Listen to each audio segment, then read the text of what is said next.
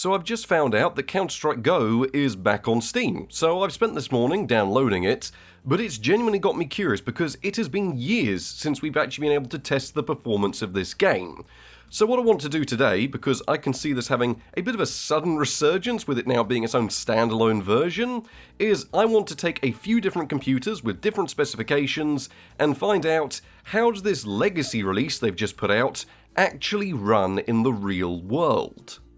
Good news everyone, Counter-Strike Go is back on Steam! I mean, it's always been accessible through Counter-Strike 2, but this feels a bit more legitimate. Feels like this will actually get some players going for it. So what I wanted to do today was I wanted to take 3 different systems of different ages and find out how CSGO in this latest legacy version is performing. And the first one we want to start with is of course a modern system with a Ryzen 7 3700X, a 6700 XT, and 32 gigs of RAM, because, I mean, I don't think I ever really played much CSGO on a system like this, at least not with a graphics card like that, and I wanted to find out just how it's performing, because it is a legacy application, it's not exactly designed for modern computers, and I think this will give us a good benchmark figure before we start testing some older and weaker hardware. So, step 1. How is CSGO legacy version performing on modern hardware? So let's get this launched. Well, I haven't seen this screen in a little while, and it must be said, I do miss it. But anyway, settings-wise, we'll see what it's defaulted to. Yep, all high settings. For some reason, texture filtering is just on auto, which is trilinear, so we'll whack that up to 16 times. I don't actually know how many cores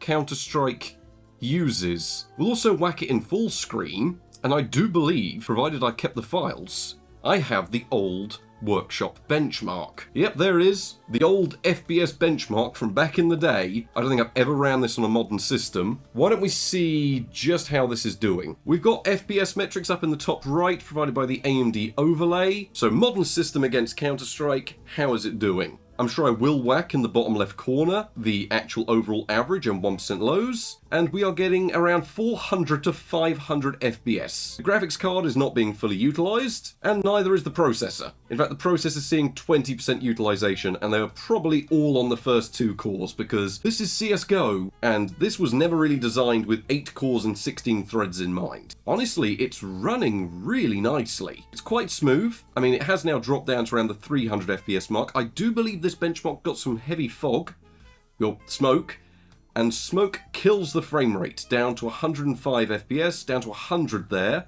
which is not bad, given how intensive the smokes are in this benchmark. They are not reminiscent of real gameplay. We are going to go in game, of course, but off the bat, I'd say that was pretty good performance, to be honest. We're looking at anywhere from sort of 300 to 500 FPS, and drops down to 100 FPS when we're in the smokes, which I used to remember seeing at around sort of 15 to 20 FPS back in the day, so I'm going to say that's pretty decent. I do wonder though, how is this running if we drop it down to the actual competitive settings people used to use back in the day? So step 1, run it with its high settings. Step 2, we'll run it with competitive settings. Let's go for round 2 of the benchmark. So this is now with competitive settings. Do we get a large FPS uplift? I want to say probably not, because we were so CPU bound, and it is looking like the case, bouncing between 400 to 500 FPS in the start.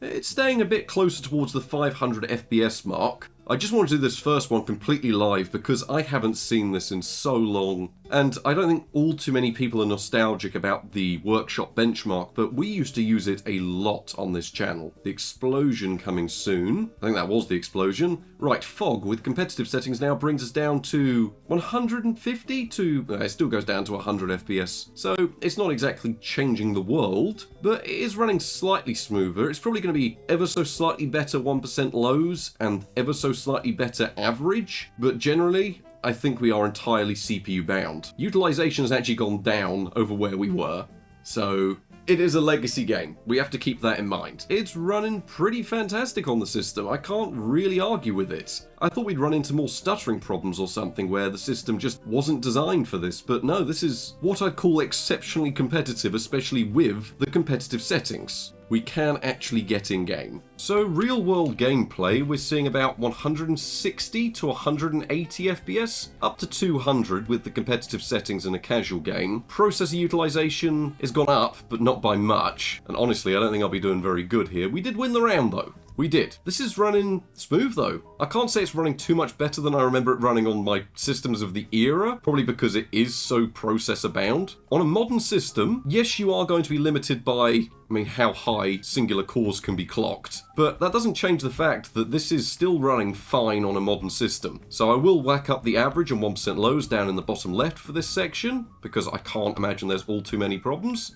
Well, that strategy still works. Yeah, so casual games, we're looking at anywhere from around 150 to 230 FPS. I will whack the averages up in the bottom left, but I think that's about as much testing as I want to do on a modern system. It's kind of obvious it was going to work, but what happens if we go to something a little bit more period accurate, something that would have been playing Counter-Strike back in the day? Just how is it holding up, and how is the performance on a system like that? Let's go set something up now.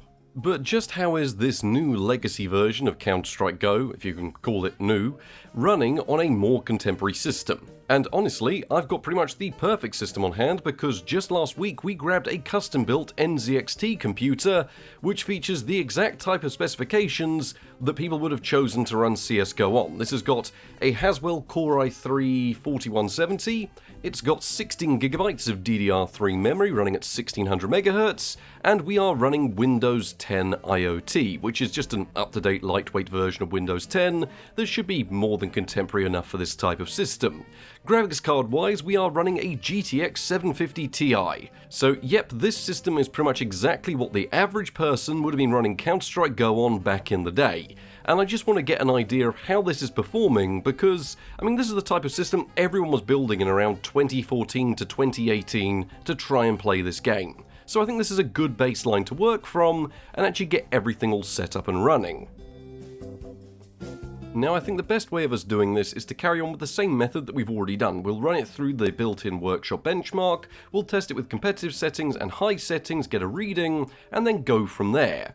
So running through the benchmark with the high settings returned us a very respectable 187 FPS on average, with 1% lows down to 97 FPS.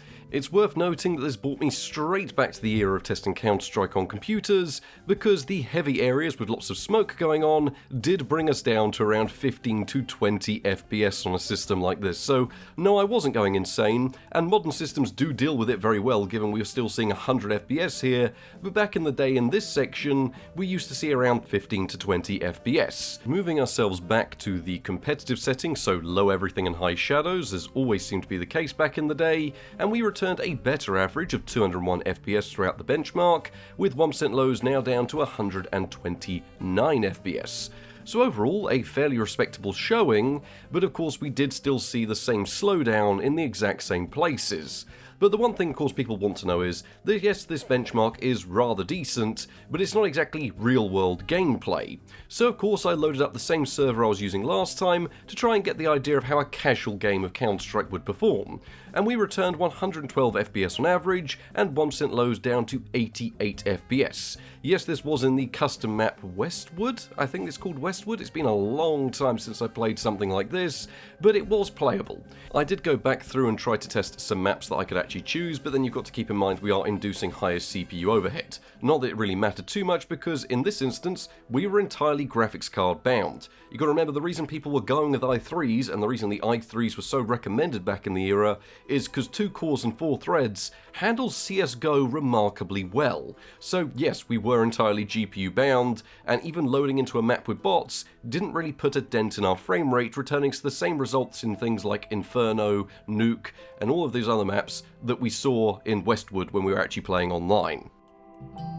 Our next system, I'm definitely going to have to cancel out the noise in the background because it's currently installing Windows 10, is an old AMD system, and the reason I'm going for this is because the AMD Phenom chips can't actually run Counter-Strike 2. So if they can run Counter-Strike Go still, maybe that's a resurgence or an option for people that are still in these older systems. So yes, it's relatively powerful. I think we're running a Phenom 2x4 955, 8GB of DDR3 running at 1600 MHz, and this system is running a Terascale 2 based Radeon HD 5850, and the reason I know that is because I've just installed the graphics card, which was a pain to get inside that case. So this is your classic AMD system, running an old AMD Phenom, a little bit of RAM. Yes, we have updated the operating system, but this system is pretty much bang on a classic AMD system, to the stage where I am actually using Terascale today. And I don't stop complaining about Terascale, but it did deal with Counter-Strike Go well back in the day. So just what kind of performance do we actually get out of the system?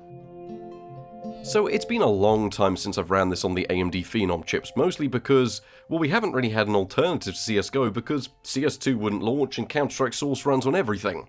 But I was really blown away by the performance we're seeing here on what is a system that is, well, deemed obsolete by most people, but here in CSGO, you forget that it did run on just about anything. With the high settings through the workshop benchmark, we saw 134 FPS on average, with 1% lows down to 71 FPS. Once again, Smokes brought us down to a low of 10 FPS, but, well, it was never going to beat a Haswell Core i3, but it did an admirable job given its age. Moving back to competitive settings, so low everything and high shadows, keep in mind we are still running with a Terascale Radeon in here, which probably does have less driver overhead than a 750 Ti and is probably helping out a little bit. We saw 153 FPS on average, with 1% lows down to 84 FPS. But what really matters is the gameplay. Now, I did struggle getting into a server on this one, and when I did finally get in, it appeared that most other players had left, leaving me in a server of bots. Which I suppose gives us some good news, because it means that we aren't at least relying on the processor to handle the practice match, we're leaving it to someone else's server, but still, it was a shame that there weren't any other players available at this time. Not that it really matters too much, because as long as there's action happening, we do get a rough idea of the frame rate. We saw 121 FPS on average, with 1% lows down to 78 FPS, which honestly, controllable, playable. This is an ancient AMD Phenom system that I think I made one video on, covered the AMD Phenom it came with, and that's just been sat in the shed doing nothing because I don't know what to do with it, because it's so limited, but it can apparently run Counter-Strike Go absolutely fantastically, and Terascale, that deals with it absolutely fine as well. Next up though, we have a real challenge, which is trying to run Counter-Strike on what would be considered, well, not exactly a great PC to have ever played Counter-Strike on, unless we're talking about the original launch versions of the game. And we have here the Divorce PC, which went on to become the £10 gaming computer, and is just a cheap computer we threw together last year around Christmas, using whatever cheap components we could get. It features a somewhat okay Core2Quad Q9450, it runs a Radeon R7 450 graphics card, which is decent, which is then crippled down through PCI Express one-time speeds, and of course we are running 4GB DDR2 at 800 MHz. We have got the system running Windows 10 IoT purely out of ease because I already had an operating system set up, but don't worry, that isn't eating away at the performance. So how would a cheap computer like this, because people were throwing together Core2Quad systems back in the day to play Counter-Strike, hold up with the latest release, or the legacy version, however you want to call it? Now, systems like this did struggle as CSGO entered its twilight years, but I did want to give it a go just to almost refresh myself and see if maybe there was a chance it'd work. Because you gotta remember, a system like this, it can't even begin to think about launching CS2, it just straight up doesn't work. And I do think one of our main bottlenecks here was, well, definitely the RAM, but also the PCI Express 1x bus we're running through, as running through the benchmark with the high settings resulted in us seeing, well, 68 FPS on average, with 1% lows down to 41 FPS, which doesn't sound too bad, but it was also the first time we saw consistent single digits as we went through the big plume of smoke grenades, so not exactly the best thing. Dropping us back to competitive settings did raise our average and gave us slightly better frame times, now at 72 FPS on average, and 1% lows down to 49 FPS. But the thing is, this benchmark can be a little bit simple in places, whereas actual gameplay can be, well, as we know, quite intensive. So how does it handle actual real-world gameplay? Well, about as well as I remember a Core2Quad system doing back in the day, to be honest, with 41 FPS on average and 1% lows down to 22 FPS. This would eventually stabilise in and around the 30 FPS region and didn't really change too much depending on what map you were playing. So I did try playing online with the map Office, which was a throwback back in the day because I played a lot of Office, and we saw it hovering anywhere from 20 to 40 FPS depending on what was going on, sometimes above this when not much was happening, but most of the time in and around 20 to 40 FPS. Moving into an offline match just to give a quick test of Mirage, and things were pretty much exactly the same there, even though we were offline, which is one of the main reasons I want to say we're limited by our graphics card's bandwidth over anything else at all. So yes, you could just about get away with CSGO again on your Core2Quad system, but it's going to be, well, just as bad as you remember it.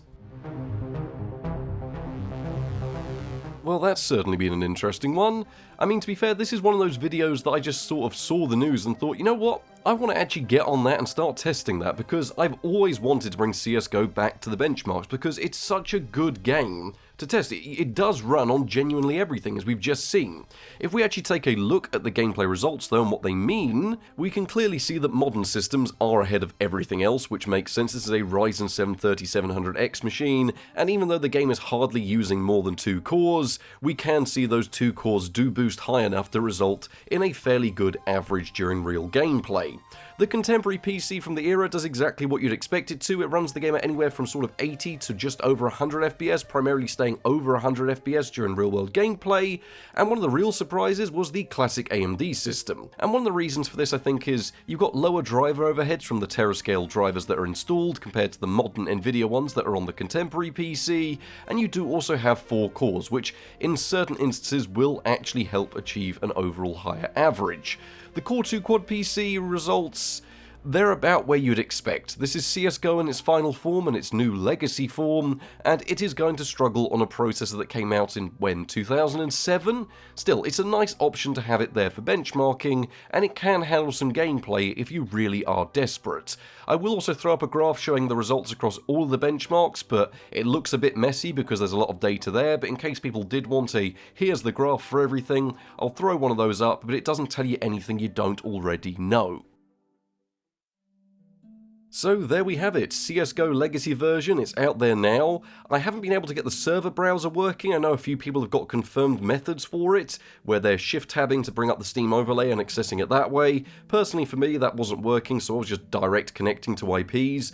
But I do think this could usher in a little bit of a resurgence. Yes, CSGO Legacy has always been available through CS2, but the hassle of having to do that and then re-download the version you want to play when it goes wrong, it's probably put quite a few people off. So seeing this there as a standalone version, I'm happy for it because it gives me something extra to benchmark, but in terms of the actual overall performance, I think it's going to run well for most people. Let's be honest, if you have anything newer than a Haswell PC, you're pretty much bang on fine to run this game. You probably won't get the performance you're expecting out of new multi-core systems. Why? Because it's an older game running on an older version of the source engine that was never designed to scale across multiple cores well. But the fact is, if you've got a processor like mine that can boost up, then it'll just do that and run well enough for you. You still get anywhere from sort of 200 to 300 FPS depending on what's going on.